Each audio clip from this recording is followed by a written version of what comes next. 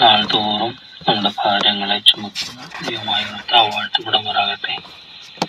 സർവശക്തനും മഹാബലവാനുമായ പരിശുദ്ധ ദൈവത്തിന്റെ അത്യുന്നത നാമം നമുക്കെന്നും കോട്ടയും കാവലുമായിരിക്കട്ടെ. അവിടുത്തെ സകല മഹത്വവും ബഹുമാനും പൂഴ്ചയും ഇവരെ നമ്മളെ നടത്തിക്കൊണ്ടുവന്ന ദൈവത്തിന് സ്തുതിയും മേലാലും നമ്മളെ നടത്തുവാൻ ശക്തനായവൻ. നാം ചിന്തിക്കുന്ന ധ്യാനിക്കുന്ന സങ്കീർത്തനങ്ങളിൽ നിന്ന് 114 സങ്കീർത്തനത്തിലേക്ക് നാം പ്രവേശിക്കുകയാണ്.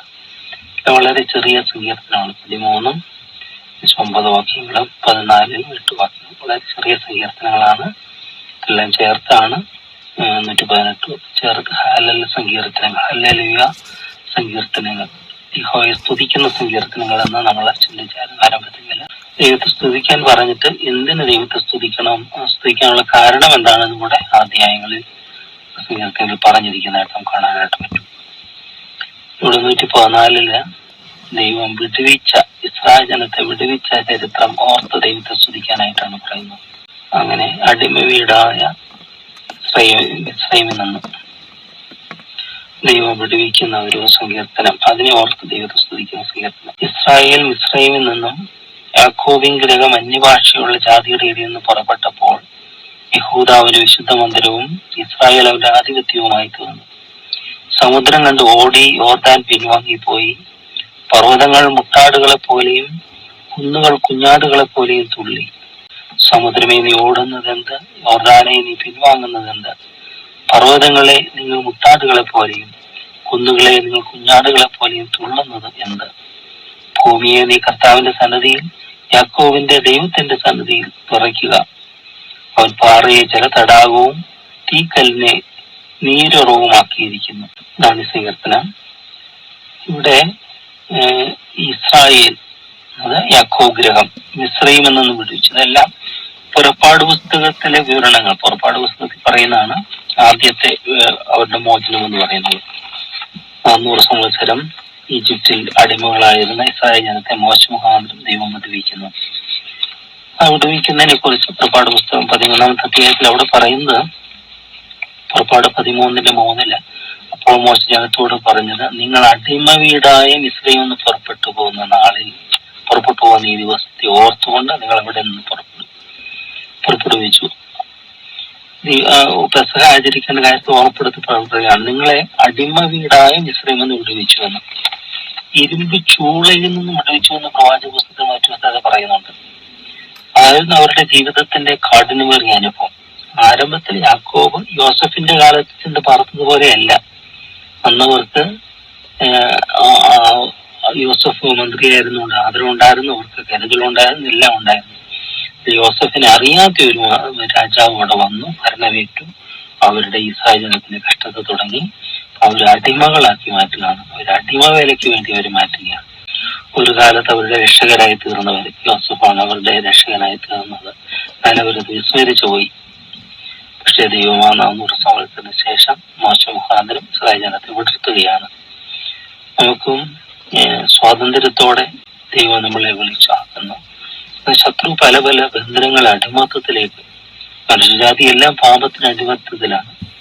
നീതിമാൻ ആരുമില്ല, ഒരുത്തൻ പോലുമല്ല, എല്ലാവരും പാപം ചെയ്ത് ദൈവത്തെ നഷ്ടപ്പെടുത്തിയവരായെന്ന് പറഞ്ഞതുപോലെ അങ്ങനെ ആ പാപത്തിന്റെ അടിമത്തിൽ ദൈവം വിടുത്തുകയാണ് കർത്താവ് യേശുക്രിസ്തു. പെരുന്നാളിൽ നമ്മൾ കൂടുതൽ ചിന്തിച്ച വാക്യങ്ങളാണ്. അവൻ തന്നിൽ വിശ്വസിക്കാനിരിക്കുന്നവരെ അവരുടെ പാപങ്ങളിൽ നിന്ന് രക്ഷിപ്പാനിരിക്കുമെന്ന് നീ അവനെ യേശു എന്ന് പേരിടണം. അപ്പൊ പാപത്തിന്റെ അടിമ, തിന്മയുടെ അടിമത്തിൽ നിന്ന് യേശു നമ്മൾ വിടുത്തുന്ന ഒരു സ്നേഹം ആണ് മോശയേക്കാൾ വലിയവെന്ന് പറയുന്നത്. മോശ ഇസ്രായേൽ ജനത്തെ ഭൗമികമായ ബന്ധനത്തെ അടിമത്തിൽ നിന്ന് വിടുവിച്ചിട്ടില്ല. കർത്താവായ യേശു ക്രിസ്തു മനുഷ്യനെ മുഴുവനായി ഫ്രീഡം മുഴുവനായും സ്വാതന്ത്ര്യത്തിലേക്ക് നയിക്കുന്നതാണ്. ദേഹം, ദേഹി, ആത്മാവിന്റെ സ്വാതന്ത്ര്യം. അതാണ് പുത്രൻ നിങ്ങൾക്ക് സ്വാതന്ത്ര്യം വരുത്തിയത്. സാക്ഷാൽ സ്വാതന്ത്ര്യമാണ്, റിയൽ ഫ്രീഡം എന്ന് പറയുന്നത് കർത്താവായ യേശു ക്രിസ്തുവിൽ നമുക്ക് തരുന്നു. അവനാണ് നമുക്ക് തരുന്നത്. ഇവിടെ ഓർമ്മപ്പെടുത്തുകയാണ്, നിങ്ങൾ ഇസ്രായേൽ അടിമ വീട്ടിൽ നിന്നും അവിടുന്ന് ദൈവം വിടർത്തിയ അതിന്റെ തലമുറകളാണല്ലോ ഇന്നും ഉള്ളവരും. അപ്പൊ ഓരോ തലമുറകൾ ഇത് ഓർക്കണം. കാരണം ആരംഭം ഏറ്റവും ശ്രേഷ്ഠമാണ്. ആരംഭത്തിന് ഒരു പട്ടുപോയിരുന്നെങ്കിൽ എന്ത് ചെയ്യാതിന്? അവരെ സസ്റ്റെയിൻ, അവരെ നിലനിർത്തിയ ദൈവത്തിന്റെ കാരുണ്യം, ദൈവത്തിന്റെ കൃപ. അതുകൊണ്ടല്ലേ ഈ പിന്തുടർച്ചയായി ഇന്നവർക്ക് വരുവാൻ സാധിച്ചത്. ഈ പെസഹായ്ക്ക് തലമുറകളിലേക്ക് ജ്ഞാപകമായിട്ടാണ് അവർക്ക് കൊടുത്തിരുന്നത്. ഒരു ഓർക്കണം, അത് ഓർത്ത് ദൈവത്തെ സ്തുതിക്കാൻ വേണ്ടിയാണ്. പിന്നീട് അവിടെ നമ്മൾ കാണുകയാണ് യഹൂദാവിന്റെ വിശുദ്ധ മന്ദിരം. ജാതിയുടെ പുറപ്പെട്ടപ്പോൾ യഹൂദാവിന്റെ വിശുദ്ധ മന്ദിരം, അതായത് ദൈവജനത്തെ തന്നെ മന്ദിരമെന്നും സഭയെന്നും പറയുകയാണ്. നമ്മൾ കൈകൊണ്ട് മരുഭൂമിയിലെ സഭ എന്ന് പറയുന്നത് തിരുവനന്തപുരത്ത് മരുഭൂമിയിലെ സഭ എന്ന് പറയുന്നത് ഗ്യാതറിംഗ്, കൂട്ടമാണ്, വിശ്വാസികളുടെ കൂട്ടമാണ്. ആ സഭ ദൈവത്തിന്റെ മന്ദിരമാണ്, ദൈവത്തിന്റെ ടെമ്പിളാണ്. അതാണ് ദൈവത്തിന്റെ ടെമ്പിൾ. ദൈവം കൈപ്പണിയായി വസിക്കുന്നില്ല എന്ന് തിരുവഴുത്ത് കൂടെ പറയുന്നുണ്ട്. പഴയ നിയമത്തിൽ നമ്മൾ കാണുന്നുണ്ട്, ദൈവം മരുഭൂമിയിൽ ഒരിക്കലും ദൈവം തനിക്കൊരു ആരാധനാലയം പറഞ്ഞിട്ടില്ല.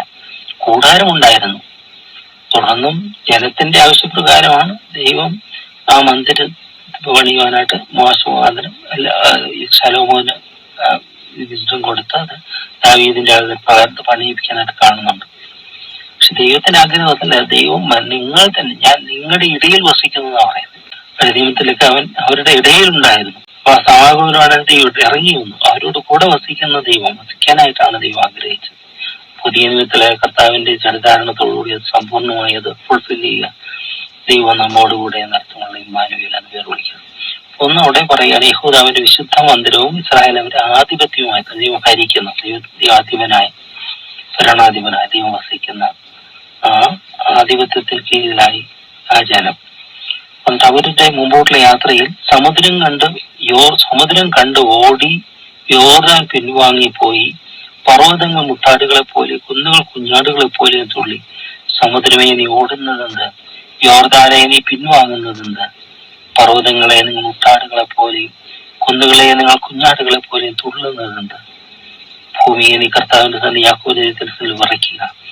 ഇവിടെ ഒന്നാമത്തേതിലും പുറപ്പാട് പുസ്തകം 14-ാമത്തെ അധ്യായത്തിലേക്ക് വരുമ്പോൾ അവിടെ ദൈവം ശക്തിയായി കാറ്റടിപ്പിക്കുകയാണ്. കാറ്റടിപ്പിച്ച് മഹാശക്തിയുള്ള ഒരു കാറ്റ്. 14:20 എന്ന് പറയുന്നത് അങ്ങനെയാണ്.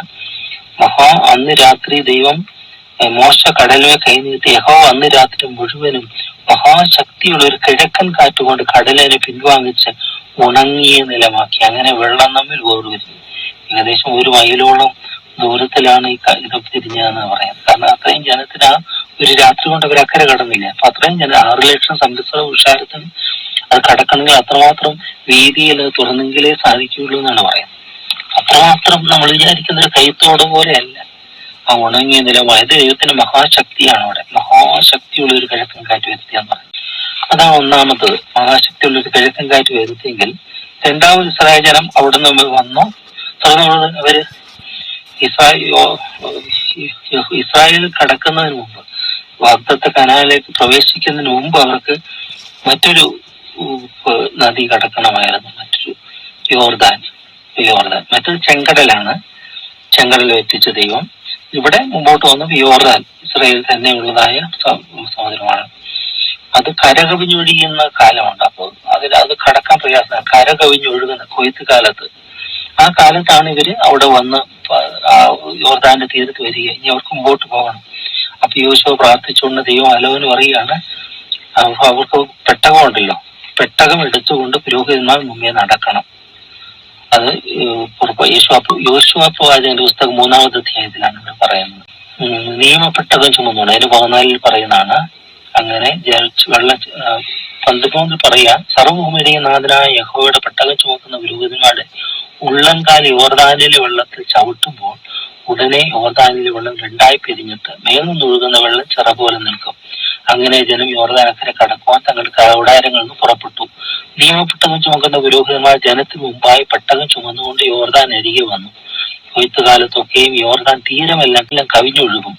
പെട്ടകം ചുമന്ന പുരോഹിതന്മാരുടെ കാൽ വെള്ളത്തിന്റെ വക്കിൽ മുങ്ങിയപ്പോൾ മേൽ വെള്ളത്തിന്റെ ഒഴുക്കം നിന്നു. സാരേദാവിനു സമീപത്തുള്ള ആദാം പട്ടണത്തിനരികെ ബഹുദൂരത്തോളം ചിറ പോലെ പൊങ്ങി അറാബയിലെ കടലായ ഉപ്പുകടലിലേക്ക് ഒഴുകി വെള്ളം വാർന്നുപോയി. ജനം യെരിഹോവിന് നേരെ മറുകര കടന്നു. യഹോവയുടെ നിയമപ്പെട്ടകം ചുമന്ന പുരോഹിതന്മാർ യോർദാന്റെ നടുവിൽ ഉണങ്ങിയ നിലത്ത് ഉറച്ചു നിന്നു. ഇസ്രായേൽ ജനമൊക്കെയും യോർദാൻ കടന്നു തീരുവോളം ഉണങ്ങിയ നിലത്തൂടി തന്നെ നടന്നുപോയി. ഇവിടെ കൊടുങ്കാറ്റൊന്നുമില്ല. മറിച്ച് ആ നിയമപുസ്തകം ചുമക്കുന്ന പുരോഹിതന്മാരുടെ ഉള്ളംകാൽ അവിടെ ചവിട്ടി ഉടനെ വെള്ളത്തിന്റെ ഒഴുക്ക് നിന്നു. മേലിൽ നിന്ന് വരുന്ന വെള്ളത്തിന് ഒഴുക്ക് ഒരു ചിറ പോലെ നിന്നു. ശേഷമുള്ള വെള്ളം താഴത്തേക്ക് ഒഴുകിപ്പോയി വാർന്നുപോയി. അങ്ങനെ ഉണങ്ങിയ നിലയോടെ ഉണ്ടായി. അവിടെ ദൈവത്തിന്റെ അത്ഭുതം തന്നെയാണ്. ഉണങ്ങിയ നില ഉണ്ടായി, അതിൽ കൂടെ ജനം കടന്നു ചെയ്യണം. ഈ രണ്ട് സംഭവങ്ങൾ അവിടെ ഓർക്കുകയാണ്. സമുദ്രമേ നീ ഓടുന്നതെന്ത്, യോർദാൻ പിൻവാങ്ങിപ്പോയി. പിന്നെ പർവ്വതങ്ങൾ മുട്ടാടുകളെ പോലെ, കുന്നുകൾ കുഞ്ഞാടുകളെ പോലെ തുള്ളി. അത് അവരുടെ മുമ്പിൽ വന്ന പ്രതിബന്ധങ്ങളെല്ലാം പ്രകാരം തന്നെ നീങ്ങിപ്പോയി എന്ന് പറയാൻ. വിശ്വാസത്തോടുകൂടി മലയോട് നീ കടലിൽ പോയി ചാടുക എന്ന് പറഞ്ഞാൽ അങ്ങനെ സംഭവിക്കുന്നു. അതിന് പ്രതിബന്ധങ്ങളാകുന്ന മലകളൊക്കെയാണ്, പ്രതികൂലങ്ങൾ നമ്മുടെ ജീവിതത്തിൽ വരും. മല പോലെ പ്രശ്നങ്ങൾ വരുന്നൊക്കെ നമ്മൾ പറയത്തില്ല. അപ്പൊ അതെല്ലാം ദൈവത്തിന്റെ കൃപയാൽ വിശ്വാസത്തോടെ നമ്മൾ ജീവിക്കുമ്പോൾ മാറ്റുവാനായിട്ട് സാധിക്കുന്ന ഒരു അനുഭവം. സമുദ്രമേ നീ ഓടുന്നത്, യോർദാനെ നീ പിൻവാങ്ങുന്നത്, പർവ്വതങ്ങളെ മുട്ടാടുകളെ പോലെ, കുന്നുകളെ നിങ്ങൾ കുഞ്ഞാടുകളെ പോലെ തുള്ളുന്നത് എടുത്തു പറയുന്ന അവസ്ഥ പറയുന്നതാണ്. 7-ാമത്തെ വാക്യം, ഭൂമിയെ നീ കർത്താവിന്റെ സന്നിധിയിൽ താഴുവീൻ, കർത്താവിന്റെ സന്നിധി യാക്കോബിന്റെ ദൈവത്തിന്റെ സന്നിധിയിൽ വിറയ്ക്കുക. മറ്റൊരു ഭാഗത്ത് പറയുന്നത് താഴുവീനെന്ന്. അത് രണ്ടും ഇതാണ് എന്ന് പറഞ്ഞ ഒരു ഫിയർ. അവനെന്ത് ചെയ്യുന്നു? അവൻ പാറയെ ജലതടാകവും തീക്കല്ലിനെ നീരുറവുമാക്കിയിരിക്കുന്നു. പാറയെ ജലതടാകം, പാറ വിളർന്നു, അത് അവർ കുടിക്കാൻ വെള്ളം കൊടുത്തു അല്ലെ. തീക്കല്ലിനെ നീരുറവുമാക്കി, നീരുറവ് കൊടുത്ത ഒരു അനുഭവമാണ്. ഇത് ആത്മീകമായിട്ടൊന്ന് സംഭവിക്കുന്ന ഒരു അത്ഭുതമാണെന്ന് പറഞ്ഞാൽ, പാറ പോലെ കഠിന ഹൃദയന്മാർ ദൈവത്തിന്റെ ആത്മാവിന്റെ സ്പർശനത്താൽ ഉരുകുന്നത്, ഒരു കൊച്ചുകുഞ്ഞിനെ പോലെ കരഞ്ഞ പാപബോധത്താൽ മുഖവിട്ട് നിലവിളിക്കുന്നതോ. ഉണർവിന്റെയൊക്കെ ചരിത്രങ്ങൾ നമ്മൾ വായിക്കുമ്പോൾ റിവൈവൽ എന്ന് പറയും, ഉണർവ് കാലാകാലങ്ങളിൽ ചില ദേശങ്ങളിലൊക്കെ ഉണ്ടാകുമ്പോൾ അവിടെ സംഭവിക്കുന്നതാണ്. പാപബോധത്താൽ മനമുരുകുന്ന, കരയുന്ന, മഹാപാപത്തിൽ ജീവിച്ചവർ പോലും കഠിന ഹൃദയന്മാർ, ക്രൂര ഹൃദയന്മാർ, അവരുടെയൊക്കെ മനസ്സലിഞ്ഞ് അവിടെ ഉള്ളതെല്ലാം ഉരുകി അവർ പാപബോധം കൊണ്ട് കരഞ്ഞ ദൈവത്തോട് നിലവിളിക്കുന്ന കാഴ്ച. സിംഹ സദൃശമായിരുന്ന കുഞ്ഞാടുകളെ പോലെ രൂപാന്തരപ്പെടുന്ന അനുഭവം ചരിത്രത്തിൽ അത് അന്നുകൊണ്ട് ഇന്നും സംഭവിക്കുന്ന ഒരു അത്ഭുതം തന്നെയാണ്. അതാണ് കല്ലായുള്ള ഹൃദയങ്ങളെ മാറ്റുന്ന ഒരു ദൈവം. അവിടെ നിന്ന് ഒരിക്കലും കരഞ്ഞിട്ടില്ലാത്ത ക്രൂര ഹൃദയങ്ങളും അലിവിന്റെ ആർദ്രതയുടെ കണ്ണുനീര്, മനസ്സലിവിന്റെ കണ്ണുനീരെല്ലാം ഒഴുകുന്നതായിട്ട് കാണാനായിട്ട് സാധിക്കുന്നുണ്ട്. നമ്മുടെ ജീവിതത്തിൽ അത് അനുഭവമാണ്. കണ്ണുനീര് ഏറ്റവും അനുഗ്രഹപ്രദമായൊരിതാണ്. തീക്കല്ലിനെ നീരുറവമാക്കിയിരിക്കുന്നു. അങ്ങനെ ഒരു ജലതടാകം. യെരമ്യാപ്രവാചകൻ പറയുന്നുണ്ട്, ഈ ജനത്തിന്റെ അധികത്തിൽ കരയേണ്ടതിന് എന്റെ തല മുഴുവൻ നീരുറവായിരുന്നെങ്കിൽ മുഖം മാറിയതെങ്കിൽ യെരമ്യാപ്രവാചകൻ പറയുന്നുണ്ട് ജനത്തിന് വേണ്ടി കരയാനായിട്ട്. ഇവിടെ തീക്കല്ലിനെ നീരുറവാക്കിയിരിക്കുന്നു. ഈ ഒരു അത്ഭുതം ദൈവം ചെയ്യുന്ന ദൈവത്തിന്റെ അത്ഭുതങ്ങൾ. അപ്പൊ നമ്മുടെ ജീവിതത്തിൽ ഇതെല്ലാം പ്രതീകാത്മകമായി സംഭവിക്കുന്നുണ്ട്. പാപത്തിന്റെ അതിൽ ദൈവം നമ്മൾ വിടുവിച്ചു. ഫറോവന്റെ എല്ലാ ശത്രുവാകുന്ന സാത്താന്റെ അടിമ നമ്മൾ വിട്ടുവീച്ച്, പാപനാശത്തിന്റെ ചെങ്കടൽ അതിൽ നിന്ന് നമ്മുടെ ദൈവം പിടിച്ച്, അതെല്ലാം നമ്മൾ ദൃഷ്ടാന്തവൽക്കരിക്കുന്നുണ്ട്. അതെല്ലാം നമ്മൾ തിരിച്ചറിയണം. ഇതെല്ലാം ആത്മീയ ജീവിതത്തിൽ എനിക്ക് തിരിച്ചറിയാൻ എന്റെ ഉൾക്കണ്ണുകളെ തുറക്കണമേ എന്ന് പരിശുദ്ധാത്മാവാൻ ദൈവത്തോട് നമുക്ക് പ്രാർത്ഥിക്കാം. പരിശുദ്ധാത്മാവാൻ ദൈവം നമ്മുടെ ഉൾക്കണ്ണുകളെ തുറക്കട്ടെ. ഇത് ആത്മീയ ജീവിതമായിട്ട് നമുക്ക് ജീവിതത്തിൽ എങ്ങനെയാണ് തട്ടിച്ചു നോക്കി അതിനെ ഓർത്ത് ദൈവത്തെ സ്തുതിക്കാനായിട്ട് ഇടയായി തീരണം. നമ്മൾ എവിടെയെങ്കിലും വിതയ്ക്കുകയാണെങ്കിൽ നമ്മൾ വിടർത്തുന്ന ഒരു ദൈവമുണ്ട്, വിമോചകനായ ഒരു ദൈവമുണ്ട്, നമ്മളെ രക്ഷിക്കുന്ന ഒരു രക്ഷകനാണ് കർത്താവ് ക്രിസ്തു. അവനെ തന്നെ നമുക്ക് താഴാം. നമ്മളത്തിനും അവന് വേണ്ടി വിശുദ്ധ മന്ദിരമായി, അവന്റെ ആധിപത്യമുള്ള ജനമായി, ജീവിതമായി നമ്മുടെ ജീവിതങ്ങളെ സമർപ്പിക്കാം. സ്നേഹം നിറഞ്ഞ ദൈവമേ, നന്ദിയോടെ ഞങ്ങളെ സ്തുതിക്കുന്നു.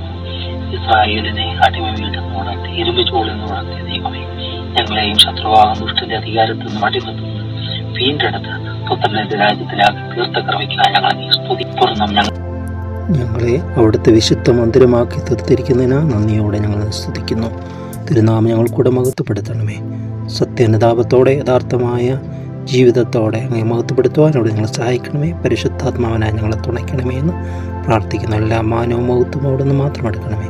പിതാവിൻ്റെയും പുത്രൻ്റെയും പരിശുദ്ധാത്മാവിൻ്റെ നാമം മഹത്വപ്പെടുത്തിക്കൊണ്ട് ഞങ്ങൾ ജീവിപ്പാനായിട്ട് തന്നെ. ആമേൻ, ആമേൻ, ആമേൻ. ഞാനെന്നും ആശ്രയിക്കുന്നേ, അവനൻ സങ്കേതം, അവനൻ ബലം, കഷ്ടങ്ങളിൽ അവനൻ തുണയേ, സങ്കടങ്ങളിൽ ആശ്വാസമേ. ഹല്ലേലൂയ, സ്തുതി സ്തോത്രം സർവശക്തനിന്നും എന്നും. ഞാനെന്നും